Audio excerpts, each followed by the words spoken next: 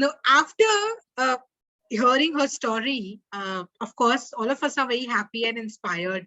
We have heard Pratik also talking about the issues related to accessibility and how India is not such an accessible country because we have to really fight for our rights सामने से होते हुए भी लड़ना पड़ रहा है जो मिलना चाहिए सामने से वो है नहीं because those rights, those policies are just on paper and not really followed by people around us.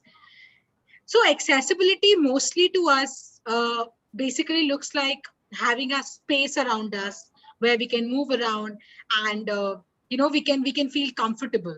But then there are some other challenges when it comes to accessibility in multiple sclerosis also, because as we said, multiple sclerosis के बहुत सारे invisible symptoms हैं, and with these invisible issues come other challenges, और ये सारी other challenges inaccessibility in multiple sclerosis will be now discussed by our young warrior from Ahmedabad, Amit. Uh, it's been a long time that I have known him and heard him and actually talking and complaining about how the area around us or space around us is not accessible in different terms. सुनकर मैं तो बहुत inspire हुई हूँ. I'm sure आप भी बहुत होंगे. Welcome, Amit. Welcome to the talk show. Thank you, Anjali. Thank you for having me. Yeah, lovely. So, Amit, I want to know from you, what is your thought or perspective on accessibility when it comes to multiple sclerosis? What's your journey been like? What were the challenges when you found that there are some issues about MS? So let me start with the accessibility from my diagnosis itself. So to get diagnosed with multiple sclerosis, you need a neurologist. It's a neurological condition. And the thing is, presently the total number of neurologists in India is just about 1,500 or so. That if you compare with the population of India, that is one neurologist for 10 lakh population. That is the reason that although the first symptom which I remember is at the age of 15, I got diagnosed finally with multiple sclerosis after 14 years. It was a gradual downslide from there. So meanwhile, I had gone to a general physician, an orthopedician, and all kinds of doctors. Finally, I got to hold of a neurologist in 2018 March, who diagnosed me with this condition. So one of the main issues with accessibility with a multiple sclerosis patient faces is access to the right doctor for diagnosis. Second problem which I would like to highlight is related to medication. Now, yes, multiple sclerosis is a lifelong condition. It is incurable, but the thing is, it can be controlled. As of now, there are presently around 20 odd pharmaceutical medicines in the market which can help you in different stages.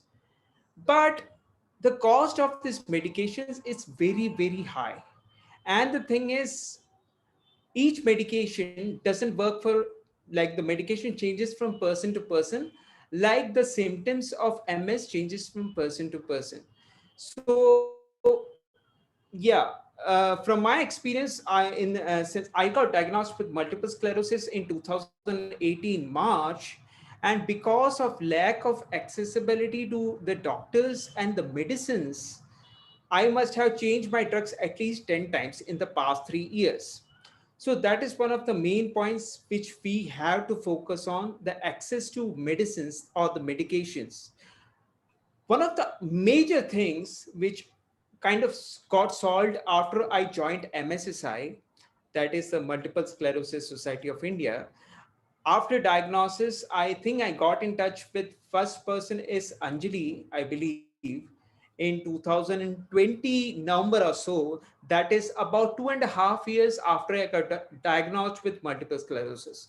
Because one of the main things is that when you don't have access to the no doubt you can get information on Google regarding MS, but it makes a lot of difference if you have a person to talk to who is actually facing the condition.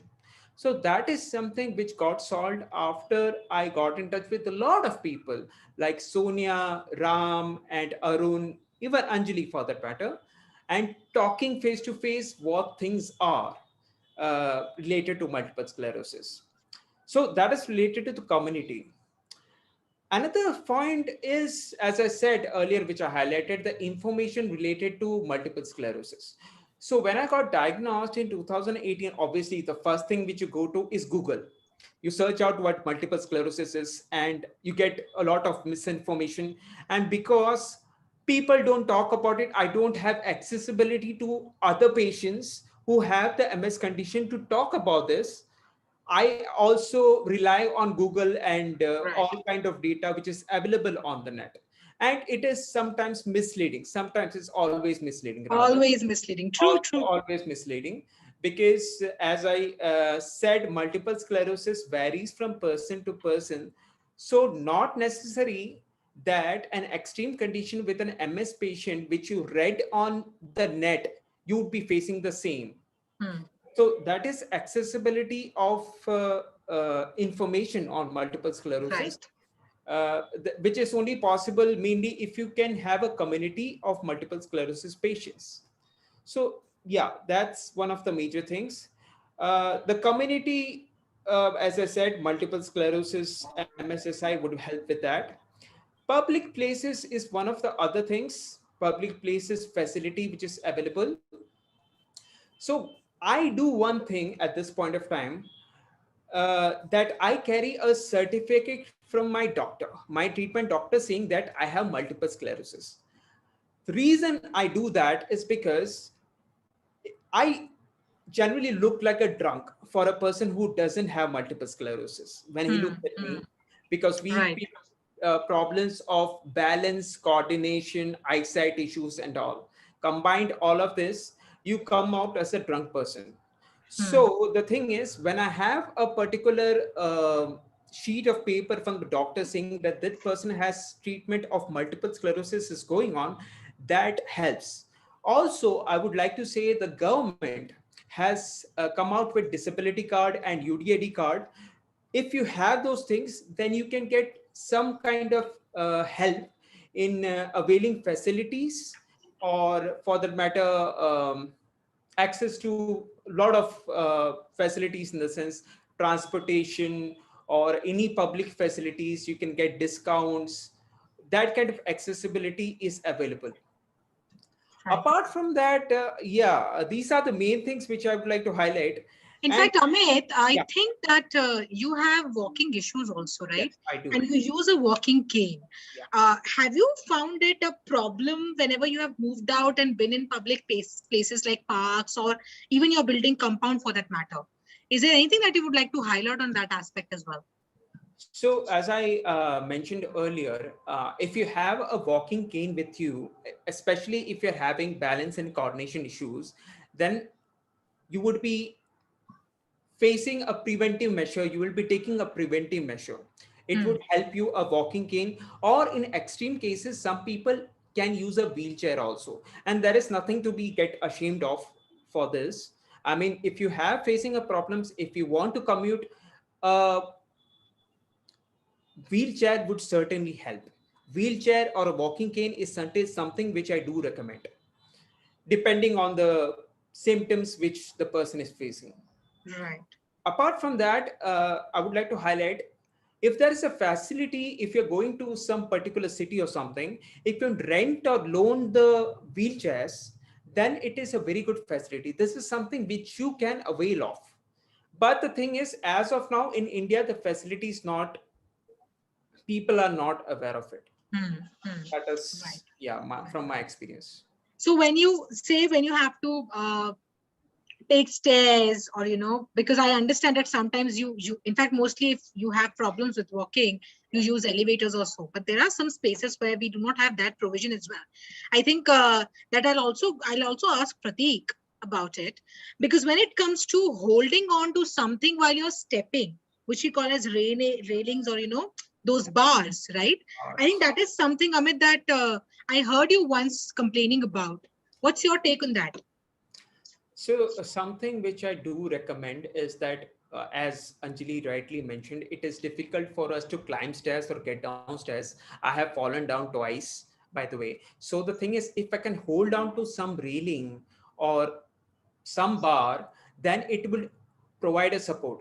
I would Right. really the activity done by Mr. Pratik Khandelwal through IBTB and Ramp My City, that is actually very helpful, because that is something we have to use a ramp to Hmm. climb up, and that Right. actually helps a lot, because the thing is, going by the stairs is difficult for us. If an elevator is not working, it is kind of, there is no way that I can climb up to 3 floors of my house. Correct. So an elevator, a ramp, a railing, or any bar would help a lot.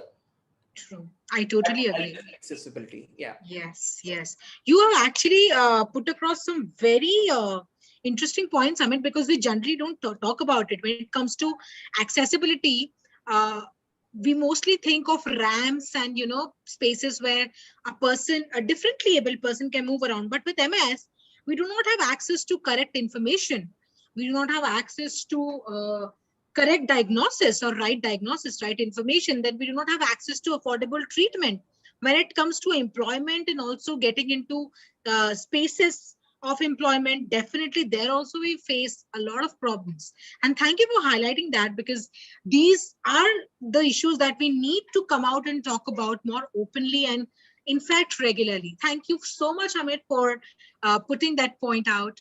Yeah, Thank you. really commend your attitude towards accessibility.